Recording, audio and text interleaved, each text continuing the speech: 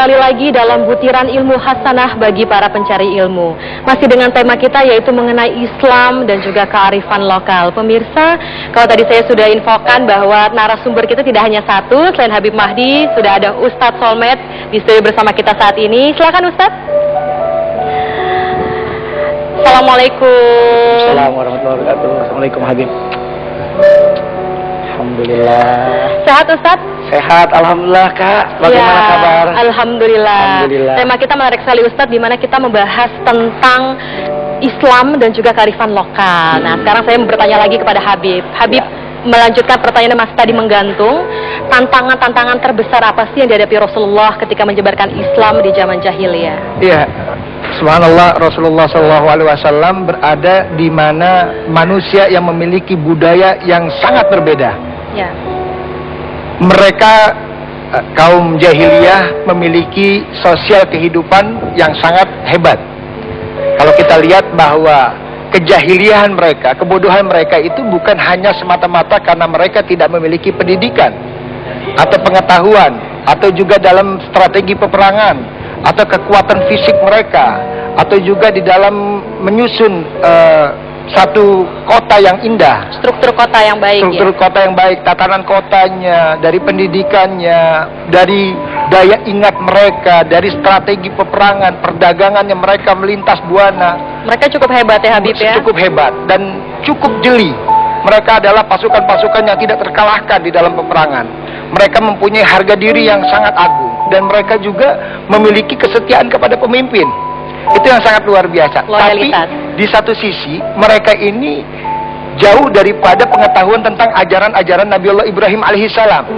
Apa yang terjadi? Tahayulan, khurafat, sesuatu yang mengada-ada, percaya atas sesuatu yang bukan daripada Allah Subhanahu wa taala, seperti penyembahan berhala. Termasuk sihir ya Habib ya? Termasuk sihir mereka juga paling hebat. Kenapa itu bisa terjadi? Pertama adalah kezaliman atas diri mereka. Yang kedua, sistem keadilan. Yang ketiga, sudah lamanya tidak ada nabi yang diutus untuk orang-orang Arab tersebut. Kalau kita lihat daripada nabi-nabi yang ada, mereka berasal daripada Yahudi, dari keturunan dari Ishak, lalu juga memiliki nabi-nabi yang daripada Bani Israel. Nah, nabi-nabi yang Bani Israel ini jauh dengan gabilah-gabilah Arab itu sendiri. Jadi begitu tantangannya, begitu dahsyatnya apa yang akan dihadapi oleh Rasulullah SAW. Sementara Rasulullah SAW berasal dari seorang yang yatim piatu, tidak memiliki pendidikan. Beliau buta huruf, tidak memiliki pengetahuan-pengetahuan yang seperti kaum Arab memiliki. Bukan daripada golongan satu pemimpin daripada satu kaum. Golongan hebat untuk menghadapi orang-orang jahiliyah yang begitu pandai, yang begitu hebat. Namun di satu sisi mereka ini tidak percaya dengan adanya Allah.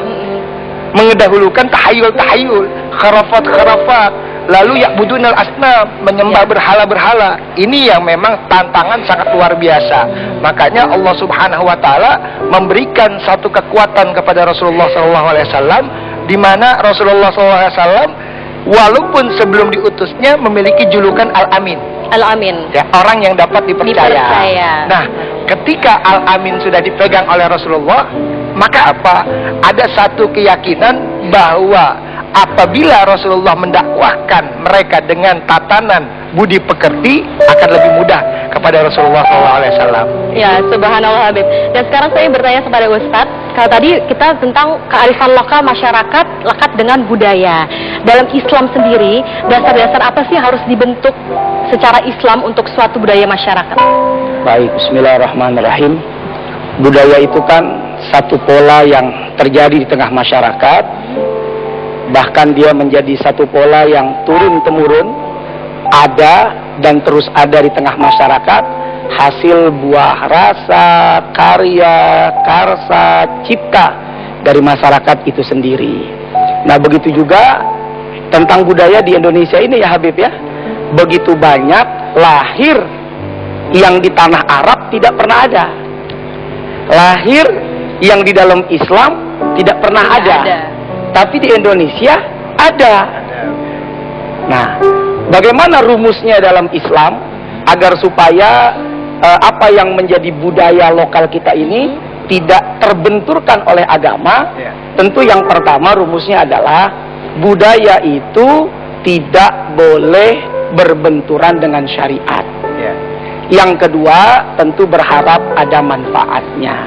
Tidak keluar dari koridor syariat, Pasti bermanfaat. bermanfaat. Gitu ya. Satu contoh misalnya, hari ini kan udah banyak nih budaya-budaya seni yang tidak berbenturan dengan Islam, tapi boleh dibilang Islami, sebab bukan berasal dari Islam, tapi bisa disebut Islami. Misalnya teman-teman bermain organ, Ya. menabuh gendang, lalu kemudian ada alat-alat musik, tapi isinya sholawat kepada Nabi, isinya adalah syiar, isinya adalah dakwah. Dia memang bukan budaya Islam, tapi dia adalah seni yang Islami.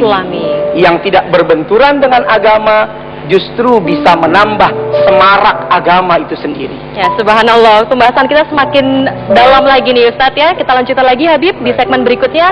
Pemirsa, masih banyak lagi pembahasan kita di segmen berikutnya. Tetap di Butiran Ilmu Hasanah bagi para pencari ilmu.